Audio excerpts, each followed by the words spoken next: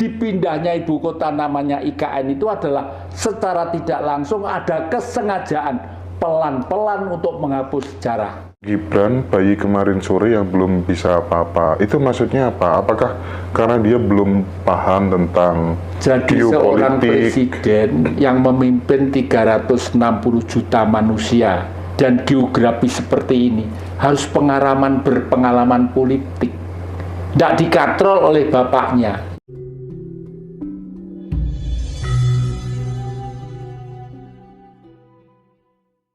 Amerika itu bapak bangsanya siapa? George Washington. Tapi kegiatan ekonomi politik di New York, ya segala macam di New York. Tapi kenapa tidak berani meninggalkan si Washington? Karena menghormati, jangan sampai sejarah itu hapus. Nah, dipindahnya ibu kota namanya IKN itu adalah secara tidak langsung ada kesengajaan pelan-pelan untuk menghapus sejarah. Pelan-pelan untuk menghapus sejarah.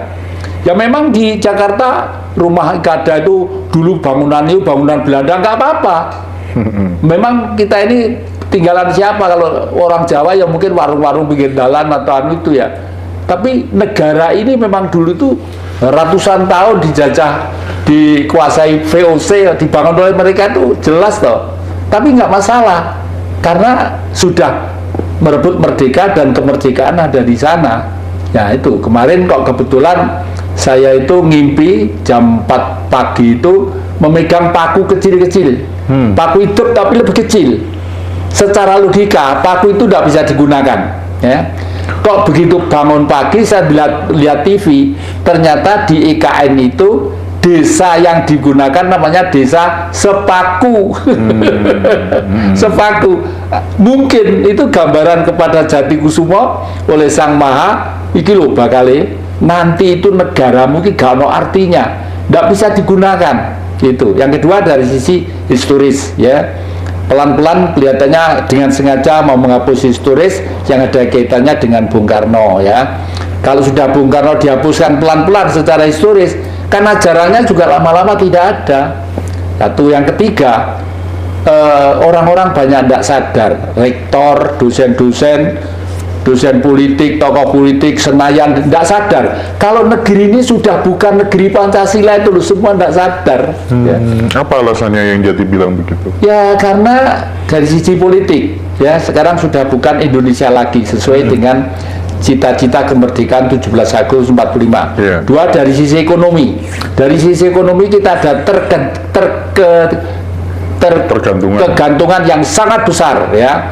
Konon utang kita sampai berapa puluh triliun gitu. Karena itu, kalau sudah berani diviralkan secara terbuka oleh tokoh-tokoh, tidak mungkin toh dia itu bohong. Yang ketiga, setiap ada orang ngeritik RI 1, sebentar itu aja tidak ada berita, pasti ini direkayasa. Yang ketiga, media-media, ya televisi umumnya sekarang itu diganti berita-berita yang seakan-akan tidak ada apa-apa, termasuk drama-drama dari Korea diutamakan supaya anak muda itu terhipnotis ke situ, yang tua-tua juga ya begitu ya. Ini jelas seperti itu. Jadi oleh karena itu sebelum Bung Karno meninggal dulu itu ada 3 pesan yang harus dilakukan. 1, bebas aktif dalam politik, berdikari dalam ekonomi, berkepribadian dalam kebudayaan. 3-tiganya itu sudah tidak ada sama sekali, ya. Bebas aktif dalam politik sekarang tidak ada. Kalau kita utang banyak keluar, ya bagaimanapun keluar nggak mungkin kalau sekedar memberi utang itu tidak mungkin. Tidak mungkin. Contohnya nikel sekarang itu sudah dieksploitir oleh keluarga penguasa besar-besaran. Lalu ada lagi terakhir ini ada yang namanya Grup Medan. Grup Medan itu adalah koruptor kelas mega yang di dalamnya termasuk penguasa yang ada di sana. Jadi kan repot kalau sudah begini. Nah, kalau yang ketiga, berkepribadian dalam kebudayaan, termasuk yang disampaikan Mas Hendra dalam minggu yang lalu bahwa kita mulai akan digerus oleh agama tadi itu. Utang sekarang itu kalau nggak salah sekitar 8.000 triliun.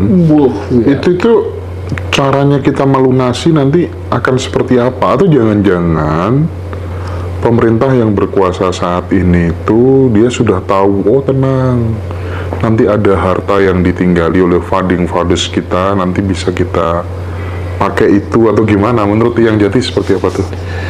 Saya tuh sejak kecil itu di keluarga Bung Karno, dan Bung Karno sangat dekat dengan saya, itu sangat cinta. Satu kata Jati besok yang meneruskan Bapak. Meneruskan dalam arti itu menjaga kewibawaan Republik ini. Kalau harta, sepengetahuan saya, dompet aja tidak ada isinya kok Bung Karno itu. Ya, iya. Dompet nggak ada isinya.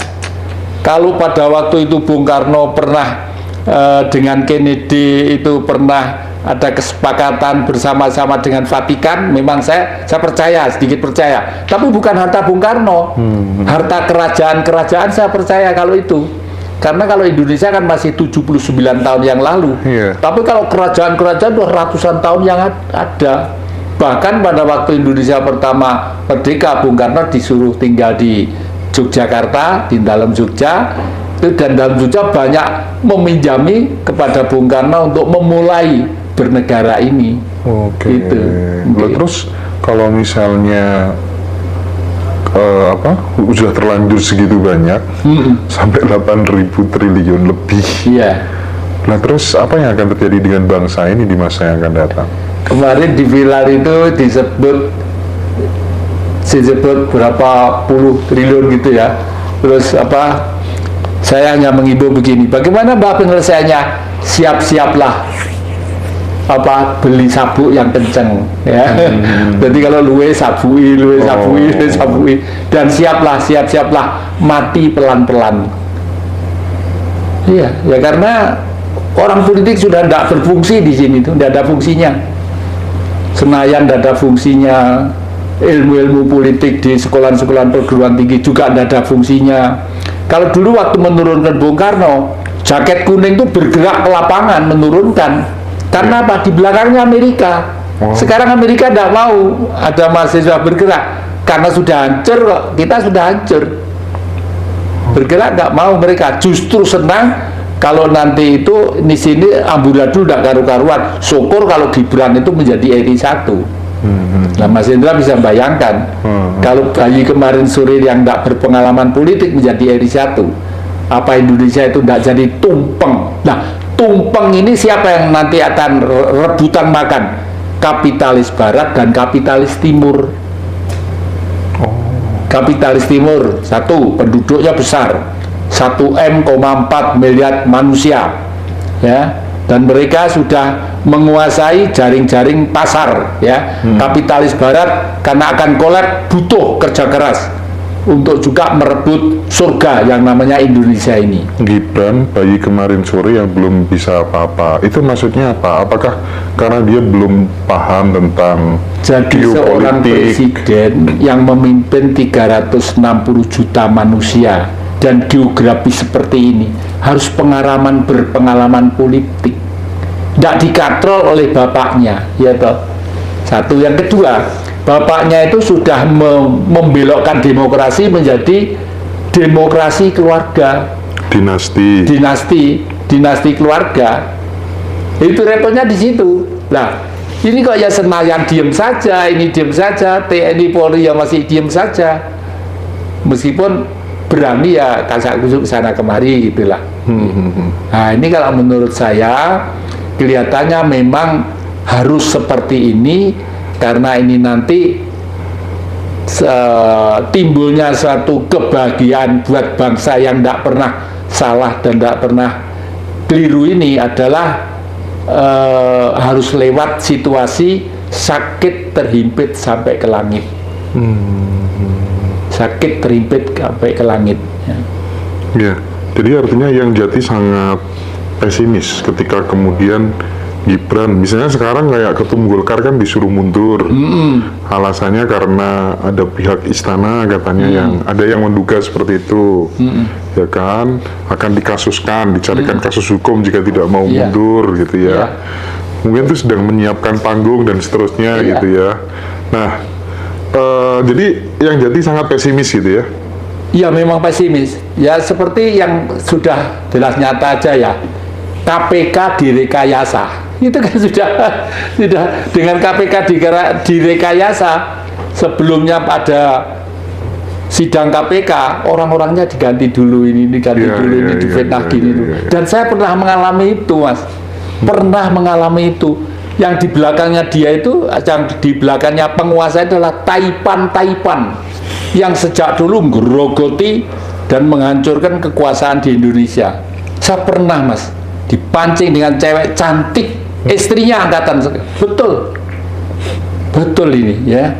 Jadi waktu itu namanya Jatikusumo itu kan menakutkan waktu itu ya. Memimpin menghancurkan Orde Baru gini. Saya dipancing dengan istrinya seorang angkatan. Nah, waktu itu di perdepoan saya ya, saya ditelepon, Pak Jati, siapa ini? Oh, nama saya ini, Pak. Kenapa? Ada apa? Saya minta tolong, Pak. Hanya Pak Jati yang bisa nolong saya. Soal apa? Sudahlah, nanti ke sini. Kalau Pak Jati jam 9 malam tidak pulang ke perdepoan, saya kan gantung diri di sini. Loh, kalau di sana ada orang gantung diri, meskipun saya tidak salah kan jadi saksi sana kemari. Hidung saya itu saya taruh di mana, anak cucu saya bagaimana kecewanya. Itu loh.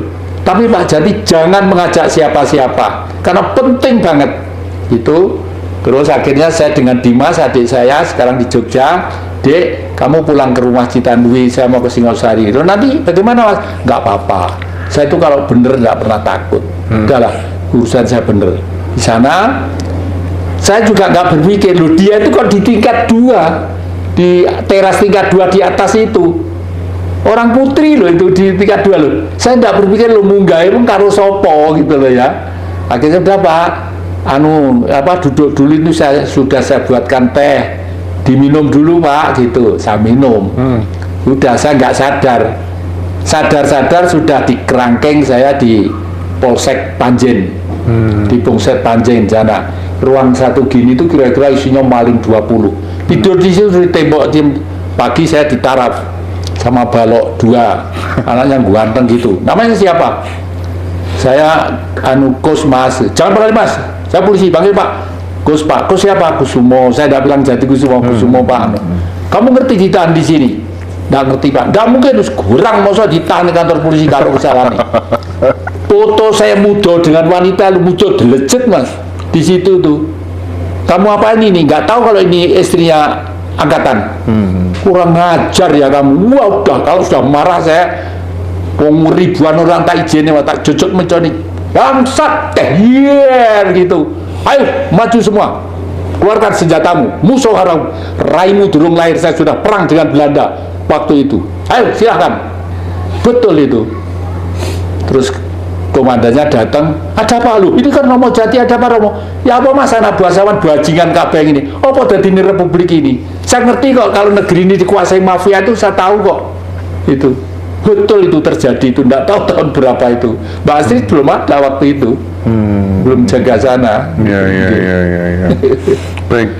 Jadi seharusnya apa sih yang dilakukan Pak Jokowi di akhir periode jabatannya ini gitu, karena memang ya, banyak kritik yang ditujukan kepada beliau dengan membangun dinasti gitu ya, dinasti politik gitu, itu satu.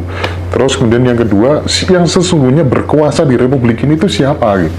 Bukan Jokowi yang kuasa, adalah oligarki, ex-orba, kapitalis bermasalah, dan koruptor bermasalah. Dia tidur nyenyak karena di bawah kekuasaan dia. Itu sebenarnya yang ada di situ, dan tidak akan mungkin Jokowi minta maaf, tidak akan mungkin. Karena kita tahu karakternya memang seperti itu ya, tidak akan mungkin. Oleh karena itu, ini sekaligus kehendak alam dan kehendak leluhur supaya bangsa ini mengalami satu situasi yang sangat rumit. Istilah saya sakit terhimpit sampai ke langit. Barulah muncul suatu saat, kalau dulu zaman Singosari disebut hayam buruk, manusia yang berani berkokok secara nasional. Mengingat saat ini setelah kita merdeka sekian puluh tahun, negeri ini tidak ada hasilnya, justru malah semakin turun, semakin terpelosok. Oleh karena itu, atas nama rakyat Indonesia dengan ini lembaga politik yang ada di Indonesia kami bubarkan gitu. Akan seperti itu nanti? Akan seperti itu bayangan saya, dan rakyat pasti mendukung. Oke. Karena rakyat sekarang udah lapar, Mas. Jadi parpol harus dibubarkan semua? Ya, bubarkan semua. Parpol itu sulit kalau diajak berubah. Gini sulit tuh, karena mereka sudah enak. Sudah enak, ya. Satu hari mungkin, satu bulan mungkin mereka kalau 90-70 juta megang duit. Ya. Saya meskipun pernah duduk di DPR, kalau cari duit, ya turun-turun gosok tak gosok gitu. Tapi bahagia saya. Jadi parpol itu kan ibarat pohon, dia hanya buahnya aja yang jati. Ya, jadi akarnya kan demokrasi gitu. Parpol sekarang itu lain dengan parpol era 60-an ya. Parpol era sekarang ini, coba Mas Indra renungkan, berapa puluh kali kita coblosan. Iya. Hasilnya apa? Iya, betul. Politik rusak, ekonomi rusak, budaya rusak. Berarti kan tidak ada artinya itu. Oleh karena itu harus bersih dulu, baru mulai ke titik nol.